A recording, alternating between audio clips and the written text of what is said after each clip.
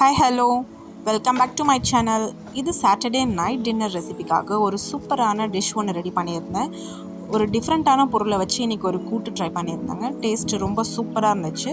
அது என்ன பொருள்னு பார்த்தீங்கன்னா, நம்மளோட வாட்டர்மெலன் இருக்குல்ல, தர்பூசணி, அதில் இருக்கிற அந்த க்ரீன் தோலெல்லாம் எடுத்துகிட்டு வெள்ளையாக இருக்கும்ல, அதை நம்ம சாப்பிட்டுட்டு போட்டுருவோம். பட் அதை வச்சு நான் இன்றைக்கி ஒரு கூட்டு பண்ணியிருந்தேன். சிறுபருப்பு ஒரு 100 கிராம் எடுத்துக்கோங்க. இது 4 பேர் அளவுக்கு சாப்பிட்றதுக்காக. அதோட வெங்காயம், தக்காளி, பச்சை மிளகா, அதுக்கப்புறம் கொஞ்சம் மஞ்சத்தூள், கொஞ்சம் மிளகாத்தூள், பூண்டு போட்டுட்டு இந்த மாதிரி க்யூப்ஸாக கட் பண்ணி வாஷ் பண்ணி வச்சுருக்கேன். தர்பூசணி அந்த தோலோட கட் பண்ணி போட்டுக்கோங்க. தேவையான அளவுக்கு தண்ணி ஊற்றிட்டு ஒரு 4 விசில் வச்சு எடுத்திங்கன்னா சூப்பராக இந்த மாதிரி வெந்துடும். நான் இப்போ எல்லாத்தையும் மிக்ஸ் பண்ணி போட்டுட்டு 4 விசிலுக்கு குக்கரை லிட்டை க்ளோஸ் பண்ணிவிட்டு 4 விசில் வைக்கிறேன்.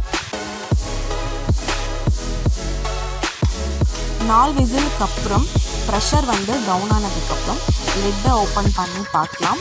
எவ்வளோ சூப்பராக வெந்திருக்கு பாருங்கள். லிட்டை நான் இப்போ ஓப்பன் பண்ணிவிட்டு உங்களுக்கு நான் காட்டுறேன்.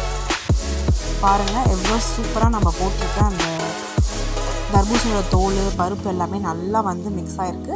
ஜென்டலாக ஒரு மிக்ஸ் கொடுத்துக்கோங்க. பருப்பு வேகாத மாதிரி தான் உங்களுக்கு இருக்கும். பட் பார்த்திங்கன்னா நான் மிக்ஸ் பண்ணும்போது பார்த்திங்கன்னா பருப்பு நல்லா வெந்துருச்சு. நம்ம போட்டிருக்கிற தர்பூசணியோட தோலும் நல்லா சாஃப்டாக இருக்குது.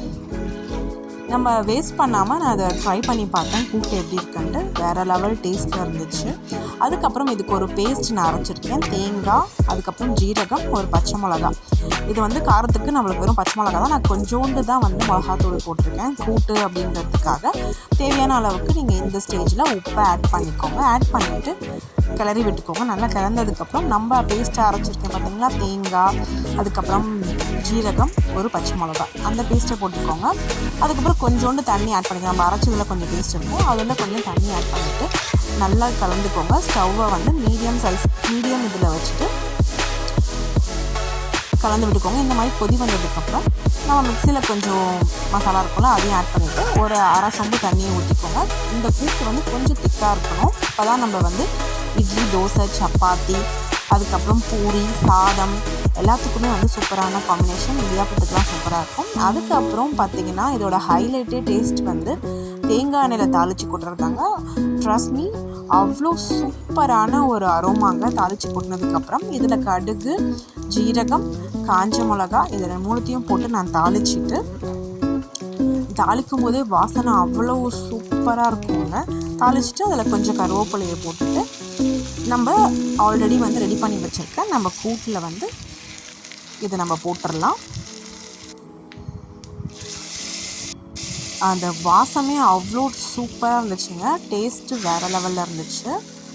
இதே மெத்தடில் நீங்களும் ட்ரை பண்ணி பாருங்கள். நம்ம தாளித்ததுக்கப்புறம் ஜென்டலாக ஒரு மிக்ஸ் கொடுத்துக்கோங்க. அப்போ தான் நம்ம அதை போட்டிருக்க தேங்காய் எண்ணெய் எல்லாத்துலேயுமே மிக்ஸ் ஆகி டேஸ்ட்டு சூப்பராக இருக்கும்.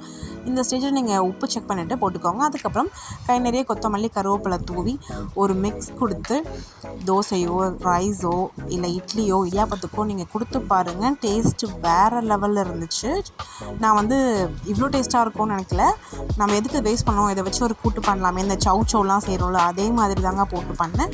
டேஸ்ட்டு சூப்பராக இருந்துச்சு. இதே மெத்தடில் நீங்களும் ட்ரை பண்ணி பார்த்துட்டு டேஸ்ட் அப்படின்னு சொல்லிட்டு கமெண்ட் பண்ணுங்கள். இதே மாதிரி நியூ டிஷ்ஷஸ்க்கு என்னோடய சேனலையும் நீங்கள் சப்ஸ்கிரைப் பண்ணிக்கோங்க. தேங்க்ஸ் ஃபார் வாட்சிங். தேங்க்யூ.